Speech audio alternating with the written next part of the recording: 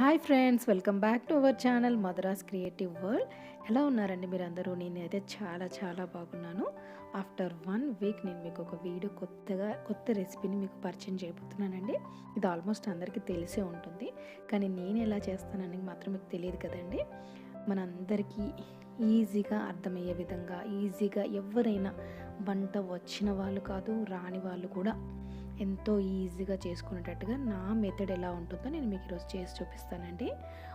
మన వ్యూవర్స్లోనే ఒకరు అడిగారు, అక్క నేను ఎన్నిసార్లు ట్రై చేస్తున్నా కూడా నాకు రాగముద్ద సరిగ్గా రావట్లేదు, అది ఈసారి వీడియో చేయండి అని చెప్పేసి.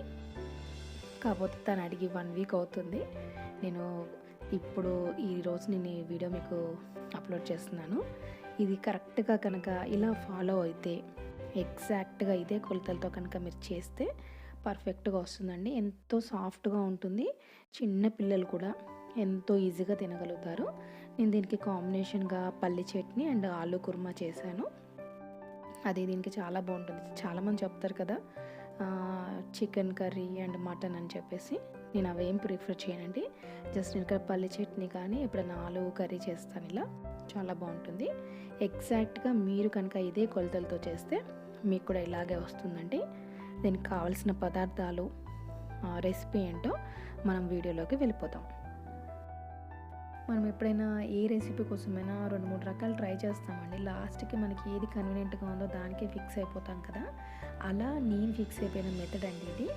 ఇక్కడ నేను 1:1 రేషియో తీసుకుంటున్నాను. ఎలాగంటే 1 కప్పు రాగి పిండి తీసుకున్నానండి. అలాగే 1 కప్పు ఉడికించిన రైస్ తీసుకుంటున్నాను. జనరల్గా అందరూ బియ్యం తీసుకొని దాన్ని బాగా ఉడికించిన తర్వాత పిండిని యాడ్ చేస్తారు, కానీ నేను డిఫరెంట్గా చేస్తాను. 1 కప్ రాగి పిండికి 1 కప్పు ఉడికించిన రైస్. అలాగే ఇప్పుడు కుక్కర్ పెట్టుకొని సేమ్ ఎలాగైతే ఆ కప్పు మనము రైస్ పిండి తీసుకున్నామో అంతే కప్పు ఈ కప్పు నిండా వాటర్ తీసుకొని ఆ వాటర్లోకి ఈ ఉడికించిన అన్నాన్ని యాడ్ చేసుకొని 1 విజిల్ పెడుతున్నాను నేను ఇక్కడ. అది విజిల్ వచ్చి మనకు కంప్లీట్గా కుక్ అయ్యేసరికి టైం పడుతుంది కదా. మనం ఈలోపు దీనికి కాంబినేషన్ అయినా పల్లీ చట్నీని తయారు చేసుకుంటాం. ఇక్కడ నేను 1 కప్పు పల్లీలు తీసుకున్నానండి. ఒక 4-5 పచ్చిమిర్చిలు, అది మీకు ఎంత కారం కావాలో దాన్ని బట్టి మీరు యాడ్ చేసుకోవచ్చు. ఒక 4-5 వెల్లుల్లి, కొంచెం జీలకర్ర, కొద్దిగా చింతపండును యాడ్ చేసి కొంచెం ఉల్లిపాయలు కూడా వేసానండి. దీనికి కాంబినేషన్ పల్లి చట్నీ కదా, ఇందులో ఉల్లిపాయలు వేస్తే చాలా బాగుంటుందండి.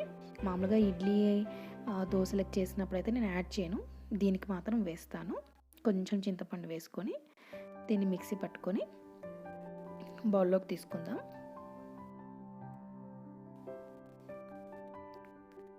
ఇప్పుడు దీనికి మనం తాలింపు పెట్టుకోవాలి.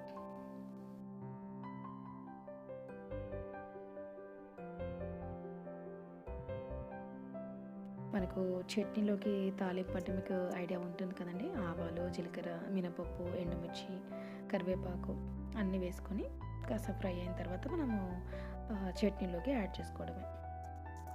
కొంచెం పసుపు కూడా యాడ్ చేసుకోవాలి. ఇష్టం ఉంటే ఇక్కడ మనం కొంచెం ఇంగువ కూడా యాడ్ చేసుకోవచ్చండి.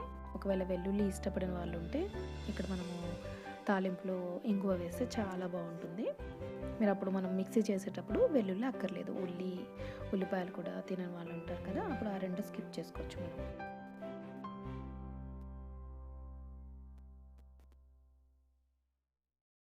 ఇప్పుడు మనం ఈ తాలింపుని చట్నీలోకి యాడ్ చేసుకోవాలి.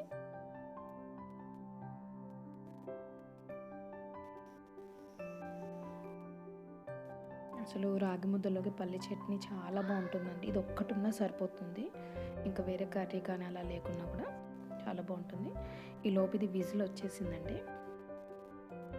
నేను ఇక్కడ 1:1 వాటర్ యాడ్ చేశాను కదా, ఆల్రెడీ ఉడికిన అన్నం కాబట్టి ఇక్కడ వాటర్ ఎక్కువ కనిపిస్తుంది చూసారా. అది కొద్దిగా నాకు విజిల్ అవుట్ చేసేటప్పుడు కొంచెం వాటర్ బయటకు వచ్చిందండి.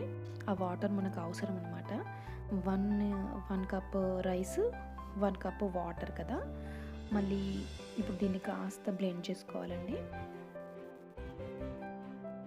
ఇలా బ్లెండ్ చేసుకోవడం వల్ల ఎంత సాఫ్ట్గా వస్తుందంటే చిన్న పిల్లలు కూడా ఉగ్గులాగా ఈజీగా తినగలుగుతారు. చాలా బాగుంటుంది. రైస్ అనేది ఉండదు ఇంకా అక్కడ, చిన్నగా కూడా కనిపించదు.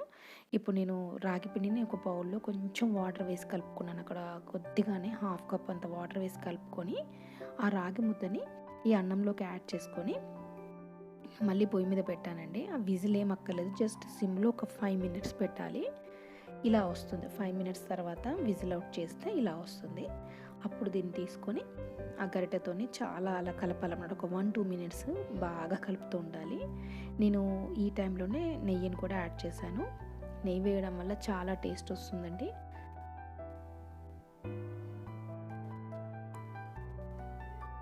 అలా కలపాలి. ఇంకా అసలు అందులో బ్లెండ్ చేసాం కాబట్టి రైస్ అనేది కూడా అస్సలు ఉండదండి.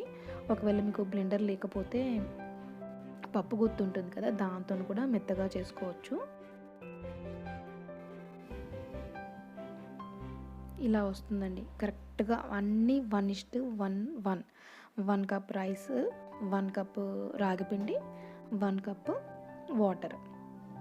మనం ఏ కప్తో అయితే తీసుకున్నామో అన్నీ సేమ్ ఉండాలన్నమాట.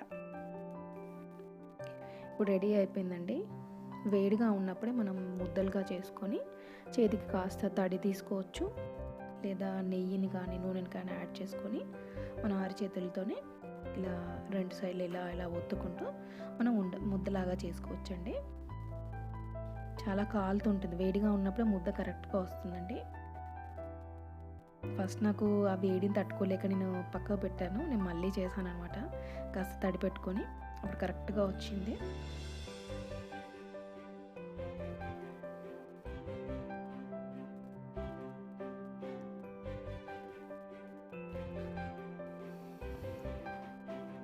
జనరల్గా రైస్ ఉడికించి చేసేటప్పుడైతే రైస్లోకి కొంచెం వాటర్ ఎక్కువ యాడ్ చేసేసి పిండిని యాడ్ చేసి ఒక మెథడ్లో చేస్తారండి. అలా చేసినప్పుడు పిండిగా ఆ పౌడర్ లాగా అయ్యిందండి నాకు. అందుకని చెప్పేసి నేను ఈ మెథడ్ ఫాలో అయ్యాను అనమాట. నా ఓన్గా నేను ఇలా ట్రై చేశాను. నాకు కరెక్ట్గా వచ్చింది. మీరు కూడా ఒకసారి ట్రై చేసి మీకు ఎలా వచ్చిందో తప్పకుండా షేర్ చేసుకోండి. మీ కామెంట్స్ నాకు తెలియజేస్తూ ఉండండి. చూస్తున్న వాళ్ళైతే నాకు పర్సనల్గా మెసేజ్ చేస్తున్నారు, చాలా బాగుంటుందండి రెసిపీస్ అని చెప్పేసి. ట్రై చేస్తూ ఉండండి. మీకు ఎలా వచ్చిందో తప్పగా తెలియచేయండి. ఈ వీడియో కనుక నచ్చినట్లయితే లైక్ చేయండి, షేర్ చేయండి. మీ ఫ్రెండ్స్కి ఎవరికైనా రిలేటివ్స్కి షేర్ చేస్తూ ఉండండి. మనము దించేటప్పుడు కొంచెం నెయ్యిని యాడ్ చేశానని చెప్పాను కదండి, అది క్లిప్ మిస్ అయిపోయింది. మళ్ళీ తర్వాత రాగి ముద్ద చేసిన తర్వాత కూడా కొంచెం ఇట్లా నెయ్యి యాడ్ చేసుకొని తింటూ ఉంటే చాలా బాగుంటుందండి. ఈ కాంబినేషన్ తప్పకుండా మీరు ట్రై చేయండి.